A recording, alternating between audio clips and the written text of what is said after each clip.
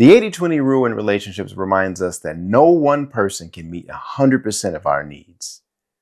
Too often, couples throw away 80% of good relationship by chasing after the missing 20%.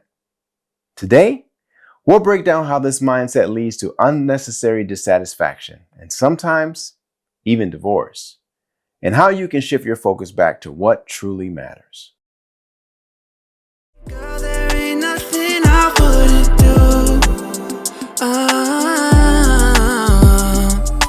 If they gave me everything, I would give it all away for you. Give it all away. With you, I know I'll be okay. Girl, there ain't nothing I wouldn't do.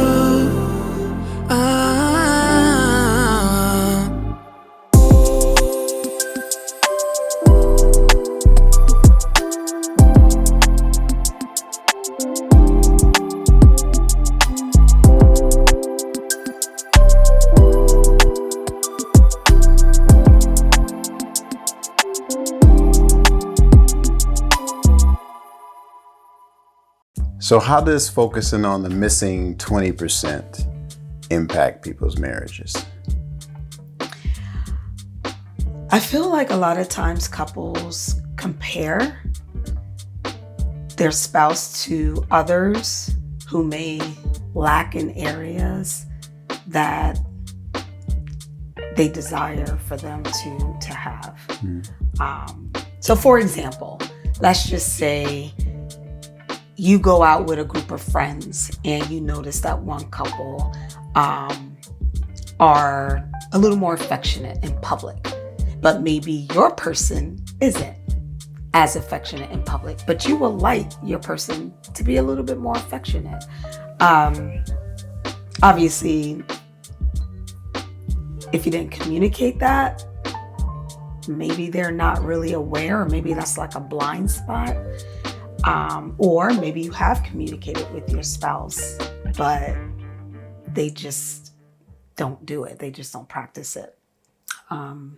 So yeah, I mean, I would say, if you're constantly comparing and you're looking at the things that your partner just doesn't do, that sometimes, here's the thing, sometimes you may not even really realize or notice that your spouse is not doing a particular thing. But when you're in a setting or an environment where you see other couples and you see that, oh, well, maybe the husband is putting on their wife's coat, or maybe they're opening a door, or maybe they always pulling your chair. And these are just examples, but it could potentially be something that you don't necessarily think about, or it doesn't really bother you until you see someone else do it. Then it's like, oh, well, why don't you do that for me? Or why don't you say that to me?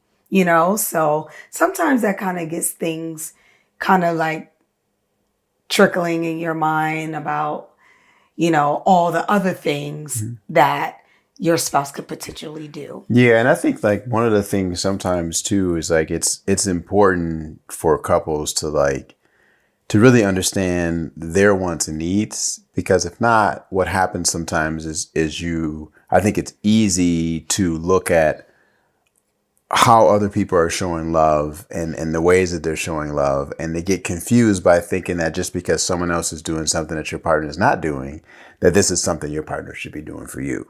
And this is why I think that clear communication is necessary too, so that people are really identifying like, well, what do I need? What kind of love do I need? And then they're having those kinds of conversations so that they're in conversation about what those needs and wants are, rather than being kind of out in the space, like you mentioned, and kind of pulling from other people and seeing those examples. And I also think that sometimes these things happen when people are having stress in their relationships. So there's some stressor in your relationship that's leading you to look at others and what other people are doing and perceive these acts as being acts that may have something to do with things that you need in your own relationship, rather than being in open communication with your partner and really understanding what your needs are. And I think that that's an important thing, to not kind of be out in the world judging what others are doing or trying to pull from what others are doing, to be critical of your loved one, because I think a lot of that stuff is people being critical of the space of love that they have. How should couples address the 20% without letting it overshadow the good? Communicate openly about needs without making your partner feel inadequate. Turn the missing 20% into growth opportunities, not deal breakers. It's natural to notice the gaps, but the key is not letting those gaps define your relationship. Focus on what's working and nurture those areas. Often the 20 becomes less important when the 80% is thriving. Here are several practical ways to focus on the 80% of your relationship. Practice daily gratitude. Each day, reflect on one thing your partner did that made you feel loved, supported, or appreciated. Gratitude shifts your focus away from what's lacking and reminds you of what you already have. Share one thing you're grateful for about your partner during dinner or before you go to bed. Highlight your partner's strengths. Acknowledge the qualities you admire about your partner, whether it's their kindness, sense of humor, or their work ethic. Focusing on strengths helps to reinforce appreciation and reduces nitpicking.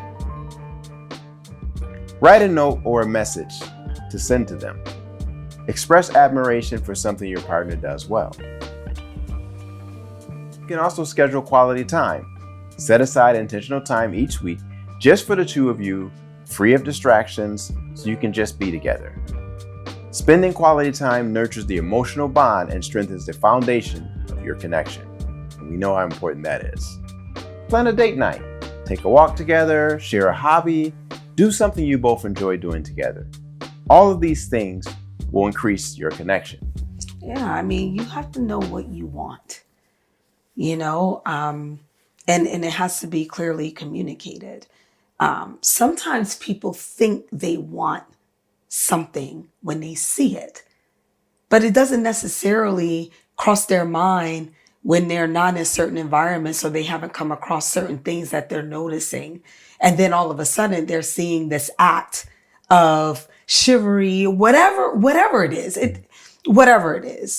And now they're like mad because they're like, well, you don't do this for me. And this could go both ways. This is not just females, or the wives being upset at the husbands. This can also be like maybe the husband is feeling away, because they're seeing another wife react a certain way to their husband that looks like that would be nice if my wife would react that way to me. But it's not nothing necessarily, something that they've communicated or talked about, previously. So definitely knowing what you want and communicating that, and not just conjuring up something out the whim, just to say, oh, that could possibly feel good if they did this for me. I don't know. I just think it's good. And I understand needs, could potentially change. There are certain things that, you used to like or want to do. And now it might be different, and that's okay. But I also think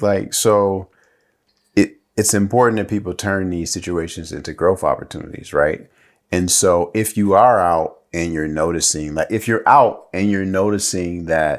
there are these kinds of things that others are doing that you would like your person to do for you, it's very, very important that you open up a dialogue with your partner to really create this open space so you can say, hey, I was out the other day and I noticed that, this person was opening the door for their person. And it really made me feel like I would like for those things to happen. And then open that dialogue so that you can be in this space where it isn't coming off as being critical.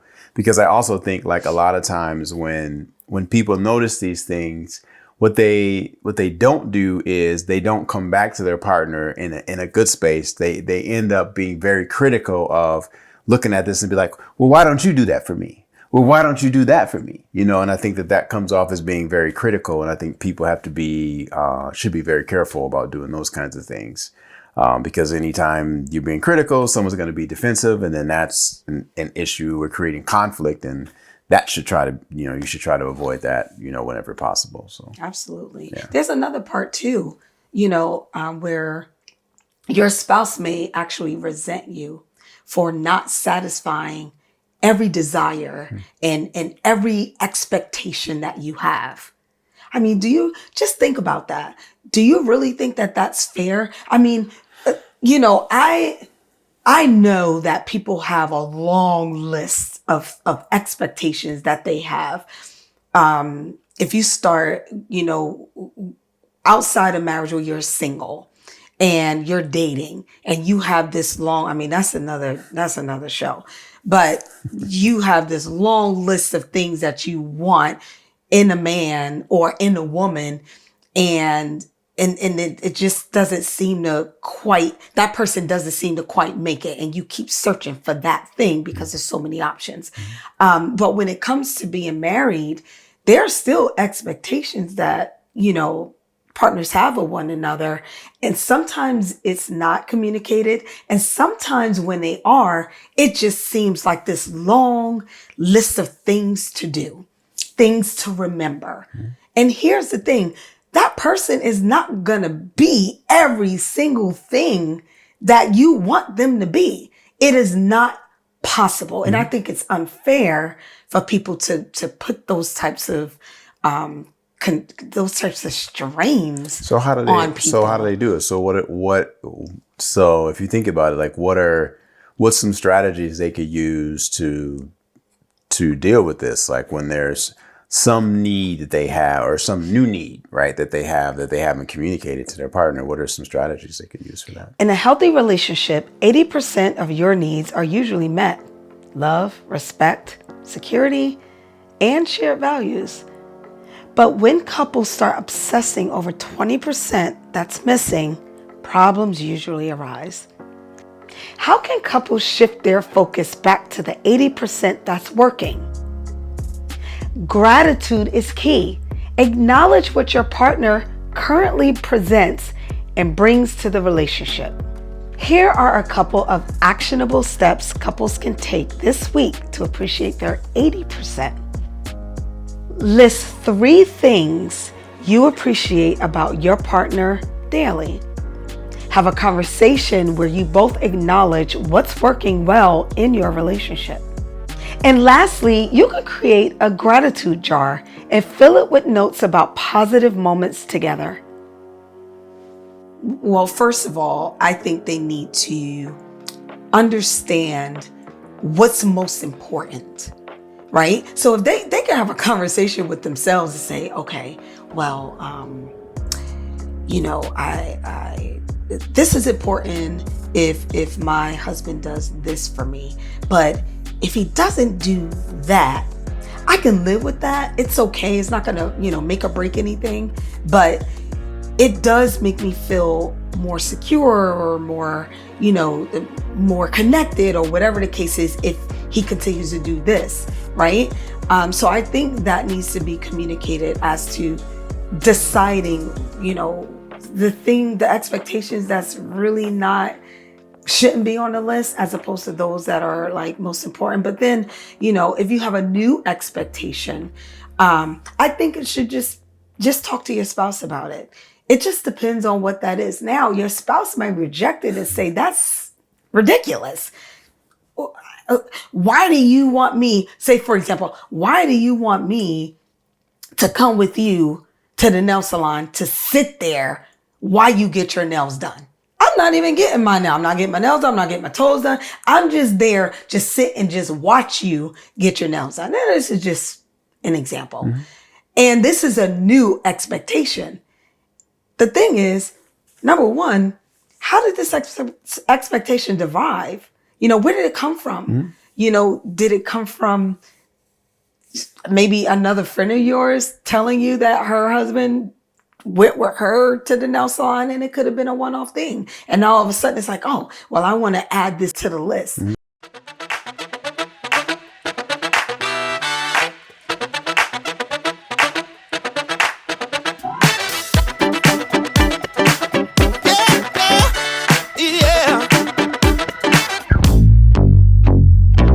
Woke up this morning, now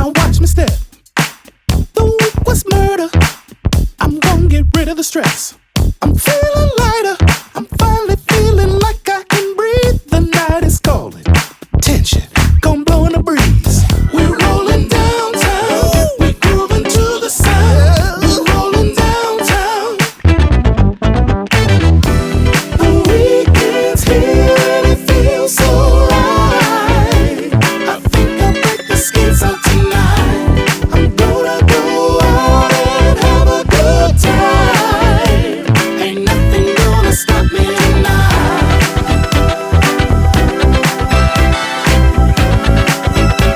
Ain't nothing gonna stop me tonight.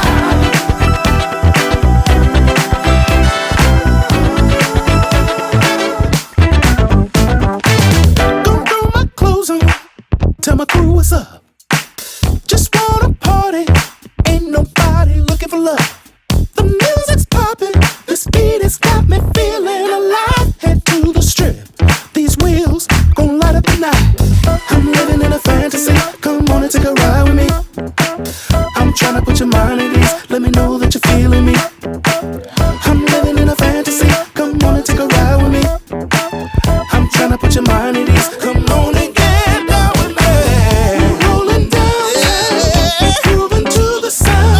Rolling downtown. The weekend's here and it feels so right. I think I'll break the skates out tonight. I'm gonna go out and have a good time. Ain't nothing gonna stop me tonight. We're cruising by the city lights. Can't wait to break the skates out tonight. How does social media fuel dissatisfaction in marriages? Social media. Where do we begin with that? The challenge with social media in general is that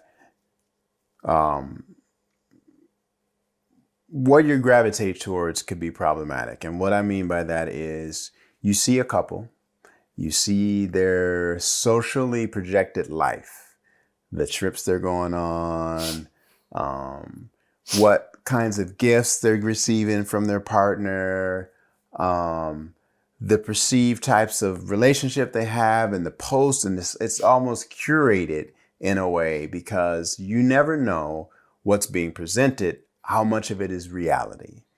And so the problem with social media is that you don't also know what people are putting out there, what it connects to who they really are. And if you're using that as a barometer in your own relationship, then you're already setting yourself up for meeting something that isn't maybe even real.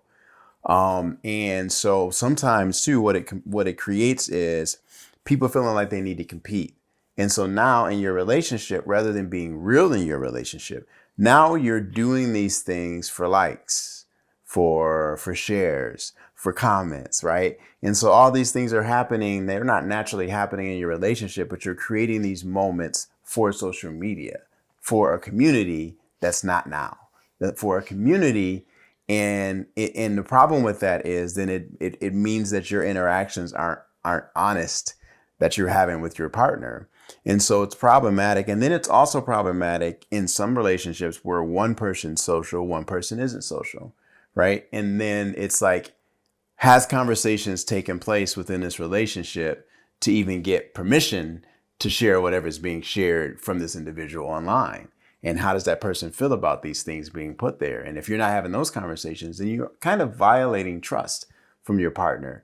And then it potentially creates a situation for them because now there are things people know about them that they didn't give permission for them to know. And now because they're on social media and they see them like, oh, hey, John, I heard about such and such. And John's like, what are you talking about? Right? How could you know this? Well, because the wife has been sharing this stuff online. And so I think that it's many things.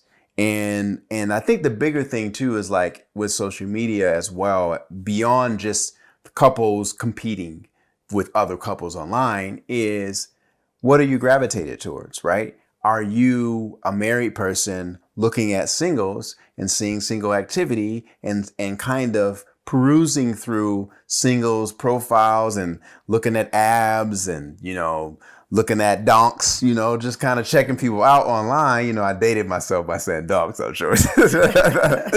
But you online, checking out the BBLs, and that's a problem if you're a married man and, you hashtag BBL love. That could be a problem. I don't know if that's a hashtag, y'all. I don't know if it is. I'm just, just calling it out for what it is. I think that there's a lot of challenges with just taking time away from your partner for this other activity. And social media is a huge distraction.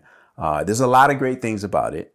But as well, there's a lot of problems I see in people putting so much time and emphasis there.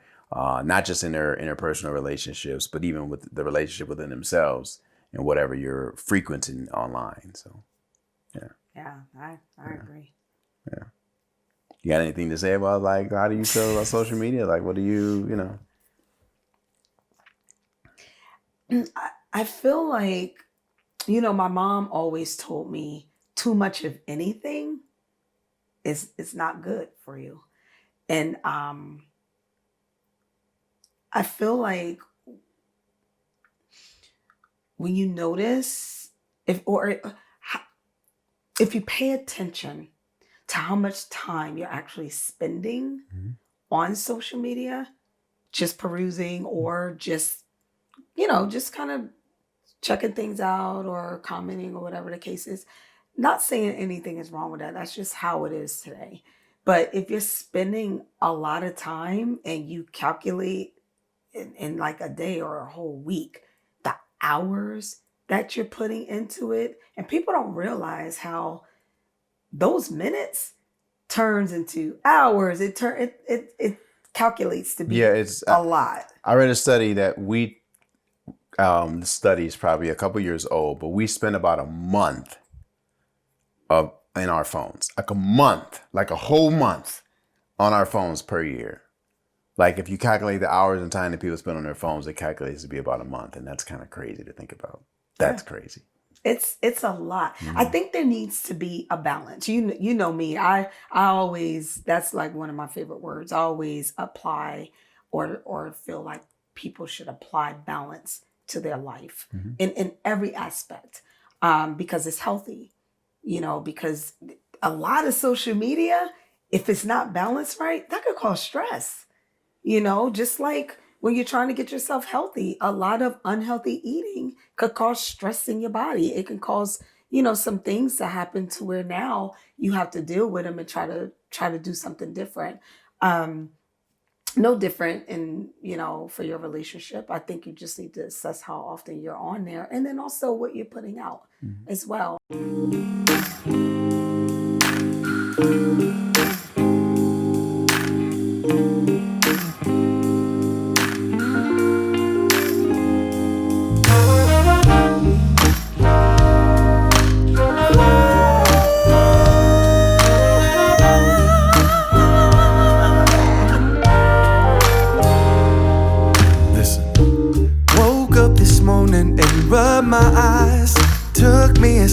But I realized. What's interesting? The 20% tends to feel like 80%. And it's easy to forget, or take for granted the 80% that you're constantly getting or consistently getting from your partner. And a lot of times we as humans, we're at fault for that. That's something that we need to be a little bit more aware of. However, that 20% makes you feel like it's almost like the grass is greener effect, where you're dreaming, you're daydreaming about how if my spouse doesn't give me this 20% and how it would feel if you got the 20%, even if that means getting that 20% from somewhere else. I'll give you an example. David and Monica had a great partnership, trust, shared values, and a solid friendship. However, Monica began to dwell on their declining physical intimacy, the 20%. Instead of addressing her concerns constructively, Monica allowed resentment to build, interpreting the issue as a lack of love. She started emotionally withdrawing, which caused David to feel rejected. The emotional disconnect spiraled until it led to separation. When you start allowing the 20% to outweigh the 80%, it can be a disaster. It can be dangerous to the connection that you actually have. You are literally in a healthy relationship. 80% against 20% is generally a healthy relationship. Mm-hmm.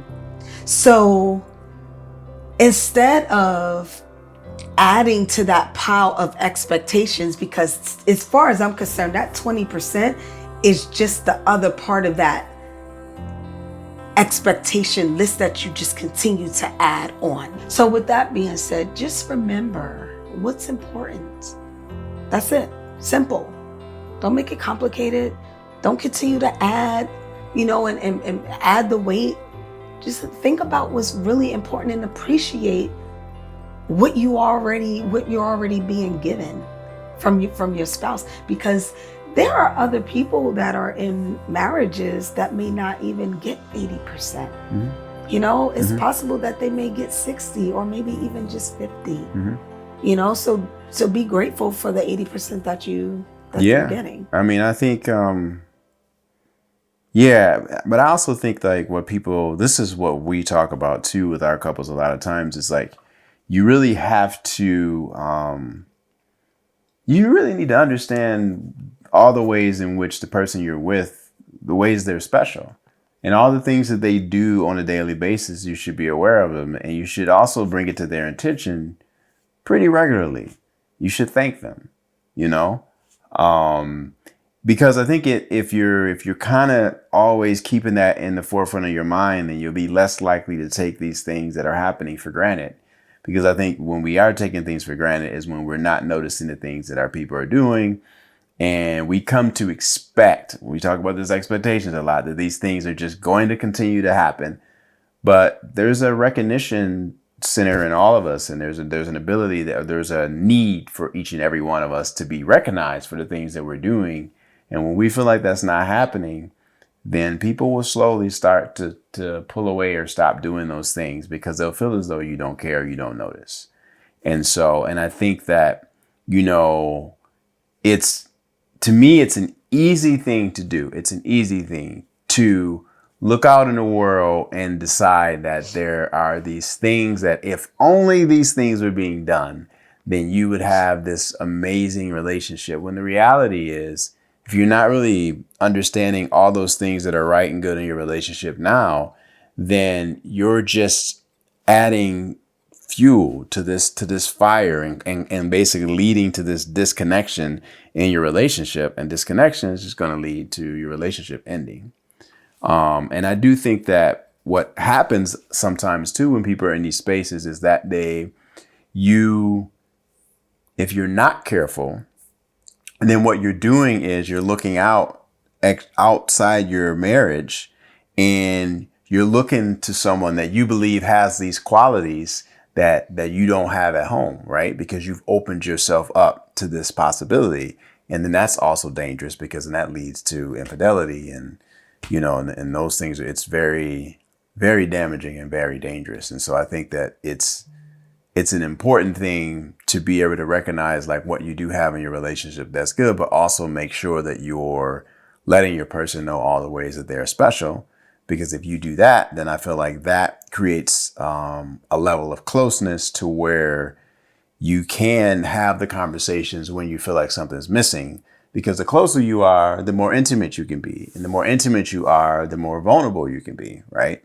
And I think that in that space, it allows you to have the comfort list. Because like there's nothing that I couldn't talk to you about. Not a single thing. There's nothing I feel like that I couldn't bring to your attention, that I couldn't share with you, that I couldn't bring to you, that you wouldn't receive in a way to try to understand where I'm coming from or what I'm saying. There's nothing exists like that. But it's like that because I feel that in our marriage, we have consistently worked very hard to really share all the parts of our lives and our concerns. And when something pops up, we don't hold on to it. We don't hold on to it for weeks. We don't ponder about how we're going to do it. We deliver it, and then we talk about it, and then we talk about it some more if necessary. And I think that if more couples did that, then I think that it would create less situations where people are always, even considering anything exterior to their marriage and just really focusing on what they have right in front of them. Yeah, and then it minimizes the blind spots, and the gaps.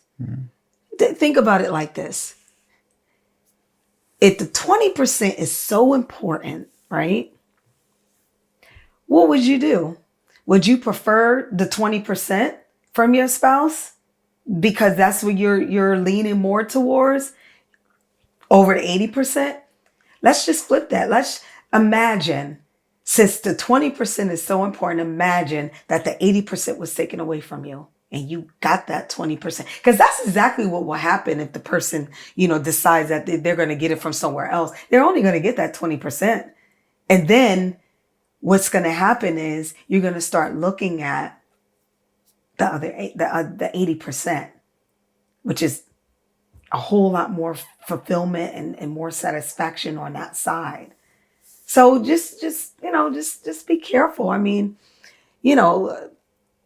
don't have the syndrome of, you can always have more, or, you know what I mean? Like, I won't say the whole don't get greedy thing, right? Because I think the more you work on your relationship, the better it can be. I mean, hey, you might be able to get to the point where you can have 90%. I mean, I don't think I know anybody that have actually 90%, because that person is not perfect. Does that make sense? I got 100%. Yeah. So he trying to make me look bad. I got 100%. He trying to make me look bad. I mean, I don't know. Maybe I'm 80, but I got 100%. Could you not do that? I do. Could you not do that? So remember, if this episode gave you a new perspective, please share it, comment. It's important that we get this message out, and we would like all of those who could benefit from receiving these messages to come in contact with it. So remember, stay connected. Why are you saying it in the form of a question? That's how you say stay connected. I'm sorry. Can you try to say that so remember, stay connected. Never mind. I shouldn't tell you how to say it. That's fine. Because you ain't say it like that before. You say it in the form of a question. So stay connected. I said stay in love last week. Is that wrong? That's how I said it last week. Okay. All right. Did I not? I don't know. We can play it so we can check it out. I'm just saying so we can check it out. It's not that important. No, just say it how you want to say Sophie, it. This is our show, so I'm not trying to be funny about it. I want to get it right. So it doesn't matter. As long as we're saying the same thing, it's fine. It's fine. It just sounds to me that you're saying it in the form of a question. I'm like, are you convincing them to stay? Are you trying to tell them, hey, stay connected? Or are you saying stay connected? Stay connected? Okay, go ahead. I'm just messing with you. 90%. See,